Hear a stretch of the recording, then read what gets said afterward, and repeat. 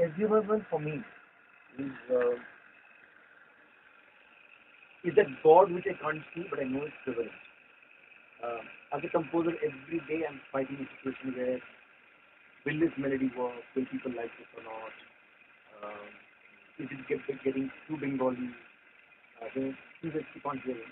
I think SD Burman, comes from the fact that he was a Jomidar from a princely state of Tripura. He has that attitude of a Jomidar. That I like it, and that's it. The full stop is there. I don't care if anybody else likes it or not. And he coming from, what you say, Marty, he's coming from the country that we know. He believes that whatever he's creating, 10 other people will like it. It's just not a wonder, instead of 10, I guess there are 1 million people who like it, and even more. The simplicity and the authority of his composition, which is not marred by arrangement, is not marred by sound. He had the confidence of pulling a song just with one aksara, one khol, one tabla, and that's the command of the composer. I think that is what inspires me. I think also what is interesting about SD Burman's tunes are that in today's day and age, where we're constantly talking about sound, we don't talk about melodies anymore, we don't talk about lyrics anymore, content anymore. We're talking about this sound, that sound. I think SD Burman proves even today that sound is secondary. What is important, quintessentially in a song, is a good tune, a good lyric, and a good singer. I mean, his life is kept very simple. And I think that is the biggest lesson for me, especially when I was doing Phoolon. Especially in the song called when I was doing Phoolon. For me, that was the biggest inspiration that if he could have done this with so many songs. My opening bars are very simple. Then the piano goes. There's nothing else.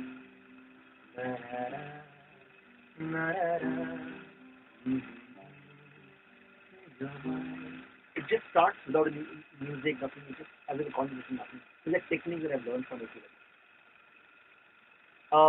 Another thing which I learned from him is basically that in 3 Idiots I've done that very, very successfully, especially in the diechho.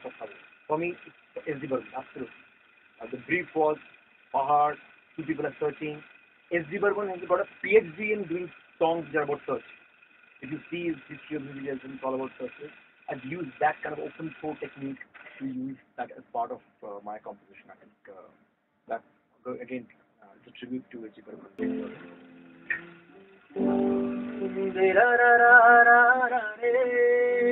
The interesting part of this is the main tune. But again, this is a technique which SD Burman uses, that he uses a strong melody motive before the main tune. This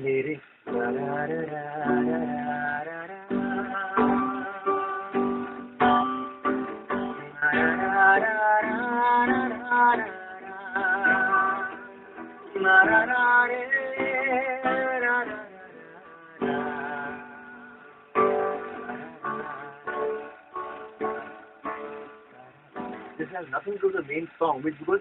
But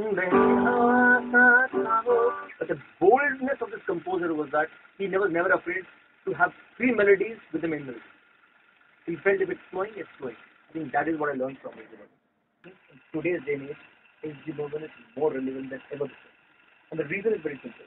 We are going through an era where no other form of music is entertained but cinema music. Folk music is there, classical music is there. We don't listen to it anymore. SD Burman actually shows how to keep alive folk music through this life of cinema.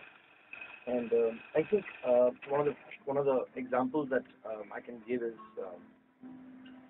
the structuring of his tunes from Bengali to Hindi was remarkably different. That's called weightage. For example, let's say now look at the weightage of this. So he's going 1, 2, 3, 1, 2, 3. Same tune when he's in Hindi, he's changing the weightage of the line. He's not like Phoolon ke rang. He's not doing that. He's saying Phoolon ke rang se dinki kalam se. You can never make out, looking at that song, that it is taken from some. It's a from a Bengali tune or his Puja Shankar special which he used to do. It was an original Hindi song. That's because he was a master of adapting a tune from one to another, and his own tune. But he was so sensible. He knew that in Bengali, I need that kind of a chalak. Tande, tande, tande, tarara. But this is not the Hindi chal. Hindi chal is tara, tarara, tara, tarara.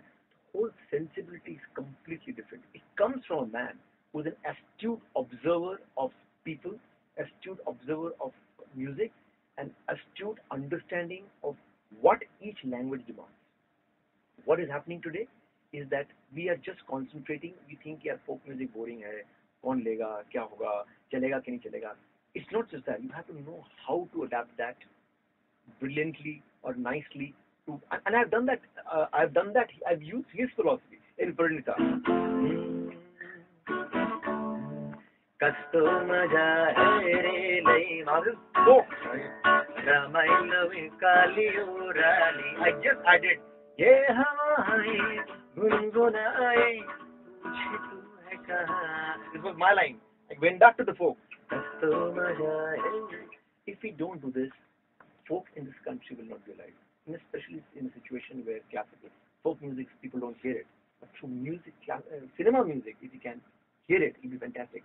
S.D. Burman is so important for the youth of today because the techniques that he used are very, very important for composers like us to use to make it popular and to make it relevant. One of my favorite songs when I listen to S.D. Burman, I can completely get lost, and I think it's divinity. Is this tune for me?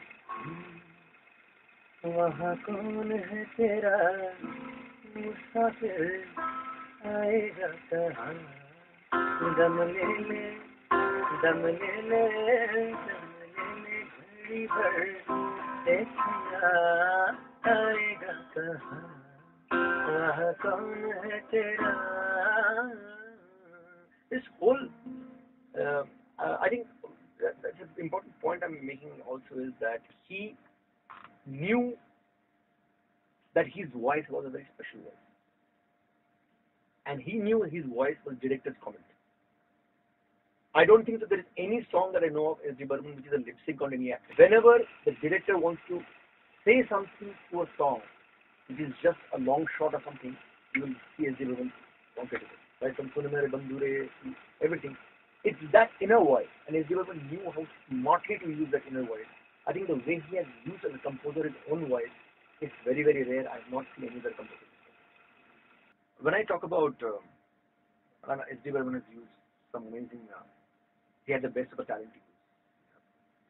Biggest names of the film industry were there. I still feel that the relationship between S.D. Burman and Kishore Kumar, for me as a composer, was unique.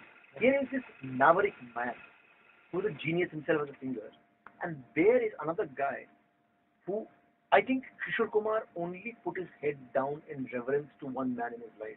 His name was S.D. Burman.